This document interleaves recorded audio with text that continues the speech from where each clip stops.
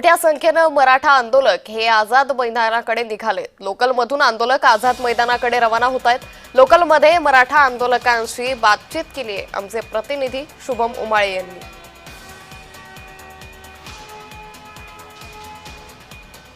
जरांगे पाटील हे आज मुंबईमध्ये पोहोचले आहेत आणि अशामध्येच लाखोच्या संख्येने मराठा बांधव हे देखील मुंबईच्या दिशेने कूच करताना दिसून येत आहेत आणि अशामध्येच आता सध्या रेल्वेमधनं मराठा बांधव आहेत ते प्रवास करताना दिसून येत आहेत। अर्थातच रस्ते जे आहेत ते पूर्णतः जाम झालेले आहेत आणि त्यामुळेच कुठेतरी रेल्वेचा प्रवास करण्याचा निर्णय जो आहे तो या सर्व मराठा बांधवांनी घेतलेला आहे। आपण त्यांच्याशी बोलायला जाऊयात, नेमके ते कुठून आलेले आहेत आणि सोबतच त्यांचा प्रवास कुठवर आहे।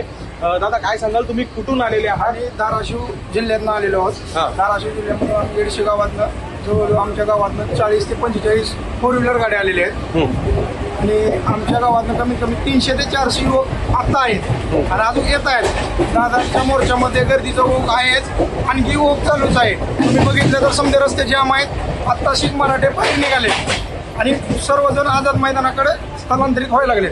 जे ट्रॅव्हल्स असेल कुठल्याही गाडीनं, आता आम्ही तर लोकलने चाललेलो, आम्ही सर्वजण आझाद मैदानाकडे कूच करत आहोत। खरं पाहायला गेलं तर आलेले आहेत, आझाद मैदान या ठिकाणी पोहोचत आहेत, पण सोबतच बघू शकतो मुंबईची लाईफलाईन लोकल सेवा ही म्हटली जाते। मुंबईकरांना कोणताही त्रास न होता या ठिकाणी मराठा बांधव जे आहेत ते लोकलमधनं प्रवास करताना दिसून येत आहेत। अक्षरशः कोणालाही मुंबईकरांना किंवा जे ज्यांची रोजचे जे चाकरमानी आहेत, जे मुंबईमध्ये प्रवास करतात, त्यांना देखील कोणताही त्रास जो आहे तो या ठिकाणी होत नाही आहे। मराठा बांधव हे सध्या आझाद मैदान या ठिकाणी पोहोचत आहेत। मनोज दादा जरांगे पाटील हे पोहोचलेले आहेत। नेमका सरकारकडनं काय निर्णय येणार, उपसमिती काय निर्णय घेणार, आज संध्याकाळी 6 वाजेपर्यंत काही तोडगा निघतो का हे पाहणं आता महत्त्वाचं असणार आहे। मी शुभम कुमाळे, जय महाराष्ट्र न्यूज, मुंबई। तर मुंबईत मराठ्यांचं हे वादळ सध्या पाहायला मिळतंय।